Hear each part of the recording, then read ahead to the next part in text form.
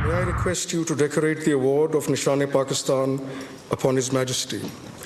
I would also request the Prime Minister of Pakistan to grace the conferment.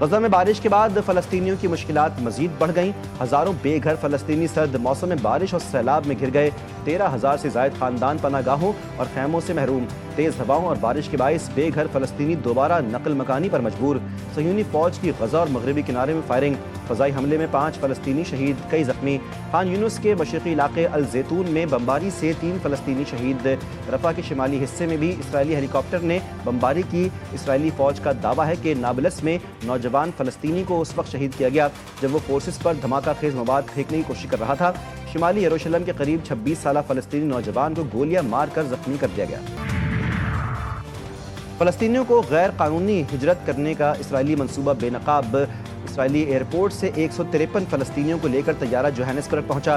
دستاویزات نہ ہونے کی وجہ سے فلسطینی کئی گھنٹے تک ایئرپورٹ پر پھنسے رہے. جنوبی افریقہ کی انسانی ہمدردی کی بنیاد پر بغیر دستاویزات کے 90 روز کے لیے ویزے کی چھوٹ. فلسطینی وزارت خارجہ نے اسے انسانی اسمگلنگ قرار دیتے ہوئے خبردار کیا ہے کہ دھوکے سے ہجرت پر اکسانے والے اداروں اور کمپنیوں کے خلاف کارروائی کی جائے. اسلام آباد کچہری خودکش حملے کی تحقیقات. سہولتکار درزی کا بھائی قانون نافذ کرنے والے اداروں کی گرفت میں آ گیا. بلال کے بھائی شاہ منیر کو گرفتار کیا گیا تھا. بارود سے بھری جیکٹ درزی کے پاس رکھوائی گئی تھی. آزاد کشمیر کے ضلع کوٹلی میں اسکریپ گودام میں دھماکہ. 3 افراد جاں بحق، 7 زخمی. لاشوں اور زخمیوں کو اسپتال منتقل کر دیا گیا. کراچی میں طارق روڈ پر ریسٹورانٹ میں آتش زدگی. آگ سے جھلس کر زخمی ملازم دوران علاج دم توڑ گیا. متوفی کی شناخت 18 سالہ سجاد کے نام سے ہوئی. آگ پر قابو پا لیا گیا. کولنگ کا عمل جاری. گجرات پولیس کا کارنامہ. جن پر مقدمہ درج کر ڈالا. جن داماد کو قابو کر کے میرے ساتھ جنسی زیادتی کرتا ہے. متاثرہ خاتون کا پولیس کو بیان. ایف آئی آر کے متن میں کہا گیا کہ 17 سالہ نوجوان کبیر میں عادل نامی جن نے اپنی سابقہ ساس کے ساتھ زیادتی کی. ایس ایچ او ککرالی گجرات نے کہا کہ متاثرہ خاتون کا میڈیکل کروا لیا گیا ہے. 1 سے 2 روز میں رپورٹ موصول ہوگی.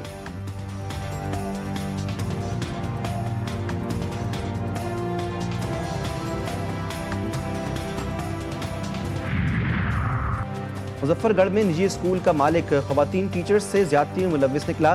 4 خواتین ٹیچرز کو بلیک میل کر کے زیادتی کا نشانہ بناتا رہا. متاثرہ خاتون کے اہل خانہ کی مدعیت میں مقدمہ درج. ملزم کی تلاش جاری.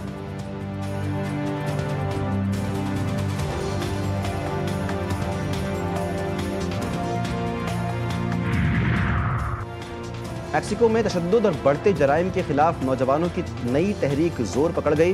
جین زی تحریک نے میکسیکو سٹی کو لپیٹ میں لے لیا. حکومت مخالف مظاہروں کے دوران جھڑپیں. 120 افراد زخمی، کئی گرفتار. ہزاروں مظاہرین نے پرتشدد جرائم اور صدر کلاڈیا شینباؤم کی حکومت کے خلاف مارچ کیا. مظاہرین نے صدارتی محل کی حفاظتی رکاوٹیں گرا دیں. پولیس پر پتھراؤ کیا. پولیس کا آنسو گیس کا استعمال. زخمیوں میں 100 پولیس اہلکار شامل. برطانیہ میں مستقل پناہ کا راستہ بند. مستقل رہائش کی درخواست دینے کے لیے 20 سال انتظار کرنا ہوگا. نئی پالیسی کے تحت اب پناہ گزینوں کو 5 سال کے بجائے 2.5 سال کی عارضی پناہ ملے گی. جو ملک محفوظ قرار پائے ان کے تارکین وطن کو فوری واپس بھیج دیا جائے گا. وزیر داخلہ نئی پالیسی کا اعلان کریں گے.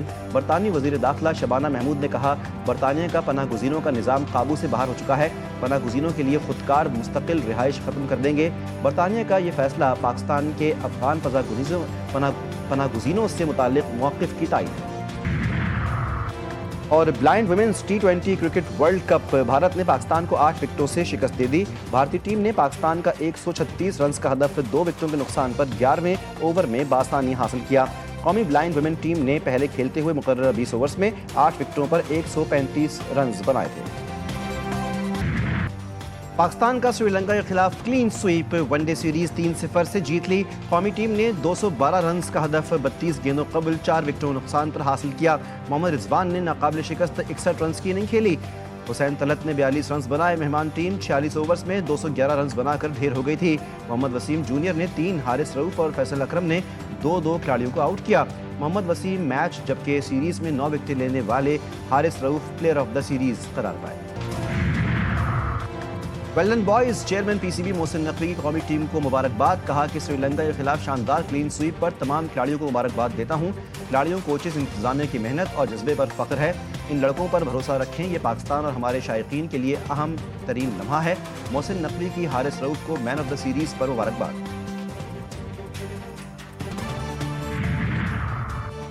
پاکستان نے بھارت کو آؤٹ کلاس کر دیا. ایشیا کپ رائزنگ سٹارز میں پاکستان شاہینز نے بھارت کو 8 وکٹوں سے شکست دے دی. سیمی فائنل کے لیے کوالیفائی کر لیا. پاکستان شاہینز نے صرف 2 وکٹوں کے نقصان پر 137 رنز کا ہدف حاصل کر لیا.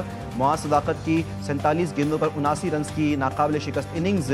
اس سے قبل شاہینوں کی تباہ کن بولنگ کے سامنے پوری بھارتی ٹیم 19 اوورز میں 130 رنز پر ڈھیر ہو گئی تھی. ٹورنامنٹ میں پاکستان شاہینز کی مسلسل دوسری کامیابی.